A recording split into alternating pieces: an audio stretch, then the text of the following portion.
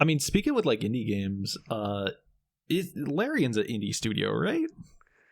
You would think so. Did they win? Did Baldur's Gate 3 win Indie Game of the Year or anything? I don't know off the top of my head. I can look it up real quick. What year was that? That was last year, right? 24? Right. 24. Let me check. Yeah, because they've been considered an indie game studio. Because they are independent. They are just like publicly or privately like making their own games and making them for licensed things, like in the past, like how they used to make games in like the NES to PS3 era. Let's see it on here. Where is it? It's the Game Awards 2024. Scrolling down. Oh no, I think it was the year before actually. Hold on. Oh, in 2023. Yeah. Baldur's Gate, Game Direction, Games Impact, Independent Game of the Year. Yeah, okay. Did 2023. Was not. Did it get nominated? Was not nominated. Oh. Well, I guess it isn't. Well, Mind Goblins. Well, to be fair, it is a licensed game also, you know. that's true. That's true. It is. There are At one point they were indie. Yeah. Well, I think when they're making Divinity, like it is an independent studio, but Baldur's Gate's a licensed game. But Divinity, that's their own thing, right? Right. Okay. But they're like a huge studio, right? No. Larian? They got 530 employees. I think that's bigger than Game Freak, literally. Oh, well, I don't know. I mean, they also have 7 offices on 7 different countries on 3 different continents. That's crazy. No way they're independent. That's not indie. Like, sure, they're independent from like a publisher, but when did they reach that point? You know, like, are they triple A? Well, okay. What's the comparison with AAA? Like, are we talking like? I think Blizzard, I don't know, probably like Ubisoft. Like, yeah, Ubisoft is a better comparison, right? They don't have a lot, I think. Ubisoft. You want to know how many employees Ubisoft has? Tell me. According to Wikipedia, they have 17,000 employees. Oh my lord, that's a lot. So, tell me if they're indie now. I don't know. Yeah, comparison maybe to like AAA. Yeah. Okay, Blizzard. This is just Blizzard, not Activision Blizzard, just Blizzard. Yeah. 13,000 employees. Now, to be fair, Blizzard has smaller studios built into their giant like building that they have. So, like the Overwatch dev team is different from like the World of Warcraft dev team. Yeah. Like those are 2 separate groups. Okay. Now, what about Bethesda, right? You think they make AAA games, right? Yeah. Okay, so they have 4 locations. Mm-hmm. And less than 450 employees. Wow. So they're smaller than Larian. That's crazy. Okay. So is Bethesda indie? They're self-published, right? Well, they're a division of it's a division of a larger company. Their parent company is Bethesda Softworks. Oh, I see. Okay, well, so maybe they're Bethesda not indie. Yeah, probably not. Well, then Bethesda Softworks. That's what I wanted to say. Bethesda Softworks. I was getting tongue-tied. Go ahead. Okay, so then what's the designator for like an indie studio? Because like people are saying that like people are saying that what's the studio that just made it Clair Obscur? Like that game and the studio also aren't indie. Right? That's the discussion we've had before in the past, but clearly they don't have as many people in their main studio as any of these. Yeah. So let's turn to Wikipedia. Yeah. Okay. What's Wikipedia gonna say? They say on their website, it says there is no exact widely accepted definition for Okay. what constitutes indie game besides falling well outside the bounds of AAA game development. Okay, so it's just vibes. It's all vibes, baby. Dang. It's like indie music, where it's like, Yeah. yeah, this has a label, but it's not, Sony Music Group, so Yeah. it's technically independent. But it's like, is it? I don't think it is.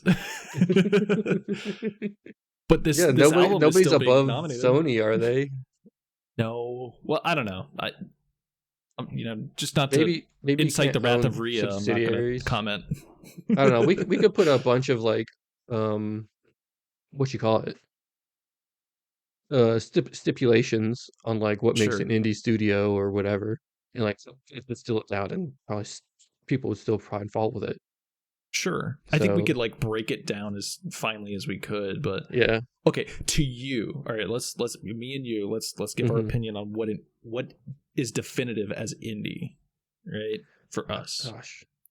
Cuz I have an answer already prepared, which is okay, you start then. Okay, independent is independent. You are either your own studio or you're your own publisher in a way, right? Even if you have a publisher, you yourself or your studio is attached to that publisher in that you are making decisions at that publishing company, right? What's the name? There's a game I just played where the developer is also the publisher, but their publishing part of it goes by a different name other than the developer, even though they're the same person. Right, I would still consider that independent. That's still indie because it is the same person, right? Okay. Now, if they were to go and publish a different dev's game or something like that, then yeah, I wouldn't say that game is indie. Okay, so if like Stardew Valley, if Nintendo published their game for them, would they not be indie anymore? Yeah, I would say that. I would say they aren't indie. Oh, dang. See, your take is a little bit different than mine because I would say that you can have a publisher as an indie, but the publisher can't have a significant say in it. Oh, okay. Like it can't be like overreaching. Right. Like it can't dictate. It can't like. I guess it could give you a little bit of money because it. They're invested in you, and you need funding. But like the majority of your funds don't come from the publisher or something like that. Now you say that, but I'm gonna throw you this, which is Claire Obscure Expedition 33. Most of its funding came from people inside the studio, like the higher ups in the studio, and from a France grant, which is for art and public works. Government grants. Most of that budget does not come from the publisher. It's coming from France pushing art into the world, and French made art, and the people making the game itself. Okay, so is that indie? I think government grants are okay. Because I think so too. The government, they're not telling you exactly what to do. In most cases, Sure. Well, even the U.S. government's done it before. The CIA funded art projects, I think during World War I or World War II. One of those two. Oh, definitely during the Cold War as well. Cold War. That's it. That's what I was thinking of. Okay. That's cool. Even if it came out later that it was funded by the U.S. government. I mean, everybody who was attached to it was like, oh, whatever, that's still cool. This is what we were still planning on making. There was no oversight on what we were creating. Yeah. So cool. So if France comes out and they give the studio $1 billion or whatever, and they're like, make a game that features France, and you do that, that's fine. But if they come out and they say, make X type of game about X type of period in France as an educational device, I'm not calling it. I'm not calling you indie at that point. Like if they want you to make a game about, who's the short guy? Napoleon. Yeah, they wanted you to make a Napoleon game, right? And I'm like, no, that doesn't feel indie anymore, right? So the U.S. government, during World War II, they paid some artists to build Mount Rushmore, to carve it out of the mountain, right? Yeah. That doesn't feel indie, because they're like, carve these presidents into the stone here. Is they're Mount Rushmore indie? Certainly not. Yeah, I see what you mean, though. I see what you mean. Yeah, like but if government-funded projects, yeah, they have to be no oversight. Sorry, go ahead. Or a little oversight. But like in Ireland, they're giving artists a stipend, like a universal basic income for their artists, and I doubt they're going to each artist and telling them exactly what to paint or draw or sing about or whatever, Like, Sure. so I would still say those are indie, and you got some money from the government. Yeah, getting a government grant is one thing, because every other medium does it, like actual physical art, movies, TV, like they all get government grants. So for gaming to also get that, I mean, as long as there's nothing like reaching in and grabbing the product itself or the studio itself, then whatever, as long as they're getting funding to make the art itself, it's to push, wow, our country can make beautiful things. I mean, France is known for it for decades, so it's no surprise. So again, we're asking the question, is Claire Obscure indie? Well, we started with Larian. I know. Well, Larian did not pass the vibe check. No, not anymore. I think they stopped being indie around Baldur's Gate 3, Yeah. Well, they were getting money, from early access sales and from their publisher. So yeah. Well, and also for their new game Divinity, they're going to do early access again. Is that going to be indie? No, I don't think it is. I think they're doing early access because they want to know what their fans think of the game. Because last time they did it, I remember him talking about how they were learning as they were going and iterating. They put out a new build and people would be like, "Oh, we hate this," or like, "We really love this," or "Wouldn't it be cool if this X happened?" And that's how come you get to have sex with the hot druid bear, right? Yeah. It's because of fan feedback in the early access. It's a selling point. Yeah. But that's the kind of like freedom that you want from early access. So you know what? Yeah. More power to them. It worked out for them, and it'll work out in the future. Yeah. So they plan to keep doing that. And I don't think it's for funding. I think it's just for fan feedback now. I think it's a little bit of both. It could be. Mostly for fan feedback, but yeah, the money's nice. Yeah. But if we want to go back to Claire Obscure, that's a little more gray, because this term double A is starting to take off now, and that is completely vibes based. Nobody has a definition for that at all. Sure. It's based on like studio people, like the amount of people working at the studio and how many people had their hands on the project, and how much money went into the project, and how big is the game itself, right? Like there's so many variables into it. What do you classify as like a double A game? I don't know. I don't know. It just doesn't. I don't think the term makes much sense. I don't know where AAA came from, because there wasn't a single or double before the term AAA. Yeah, where does the A come from, by the way? What is A? I think I've been saying it like most of my life, but I don't think I've ever understood what it is. Yeah, they could have called it 3-star games or whatever. Like, they went with A's. Like AAA battery, Yeah, like that much power is being put into the project. Yeah. Yeah, but does it even make sense to be like an award category, or even a category at all, like indie? I think so. It's good to recognize smaller projects, but it is. But could it be defined differently and not call it indie? Like, could you define it by like budget and be like, because smaller projects are going to have a smaller budget, so could it be like, if your game has less than $10 million budget, then we have this small budget category.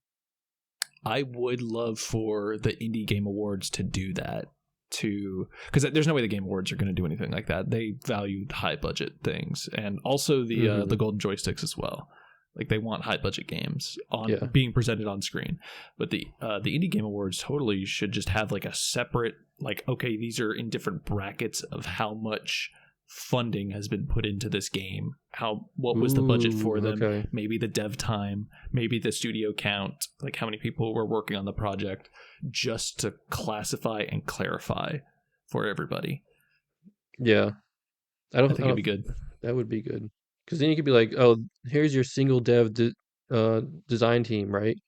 And you get the Stardew Valley guy, or and then like you don't hear about single dev developers every year, so highlighting a single dev developer at like the Indie Game Awards would be really cool. Yeah, I agree. And you would learn more about them. Or you have your small team, you have your small budget, and then maybe even large budget. Yeah. You give it like a category based on like size of budget and maybe studio, like the amount of people who are working on it. Yeah. Do you think Supergiant is indie? Oh no! Don't ask me to talk about my favorite son. How many people? Good. How many people work at Supergiant? Supergiant. Like, what's the budget of their games really? They have 25 people. That's it. At their studio, according to Wikipedia says 25. Yeah, I'm sure there are probably people outsourced that like work on it as well. Because there's no way like Hades and Hades 2 would come out in that time. It was specifically Hades 2. Well, that's been a big thing too, like the outsourcing. Because that's kind of, some people will say that as a knock against Clair Obscurs because they like outsourced and they had the budget to outsource. But Silksong, they had the budget to outsource as well. Yeah. So and no one's complaining about that. Yeah. But even like the studio head behind Clair Obscur, I can't think of their studio name, Sandfall Interactive. He even said literally, like we're counting everybody who was even outsourced in our credits, and they should also be counted in any kind of award ceremony or whatever. Like, this isn't just us. People are saying, oh, we're a small studio, but realistically a lot of people had their hands on this game, so they're being credited by the studio itself also. I mean, that happens in movies too. Like, you make a movie and you outsource the 3D work or whatever, the CGI, and they're in the credits, Yeah. If you outsource the music at all, that's in the, or you pulled it from, pop culture or whatever, the pop music. What do they call that? I don't know. Like, but, a music you put, song? you list like the songs in the credits. Yes, that's true. I would say Supergiant is indie. They're small enough.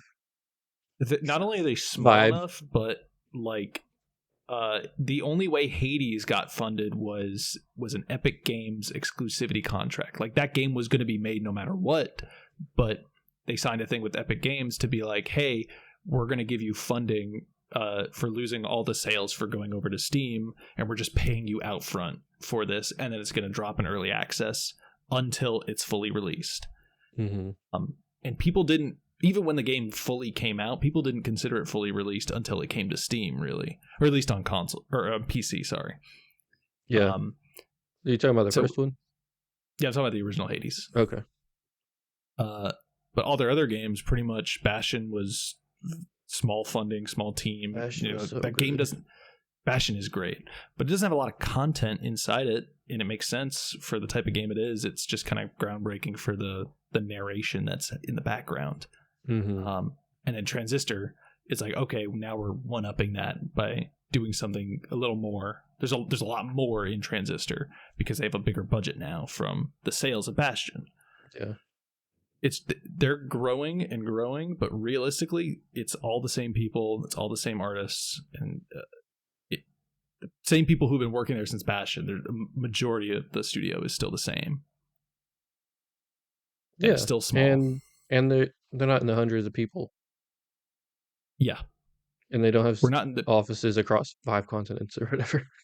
They don't have like 12 studios or whatever, right? Yeah.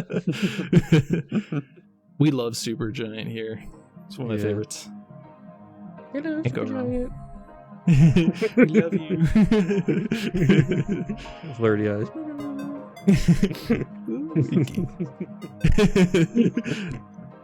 Oh, super giant. You're a super giant in my heart.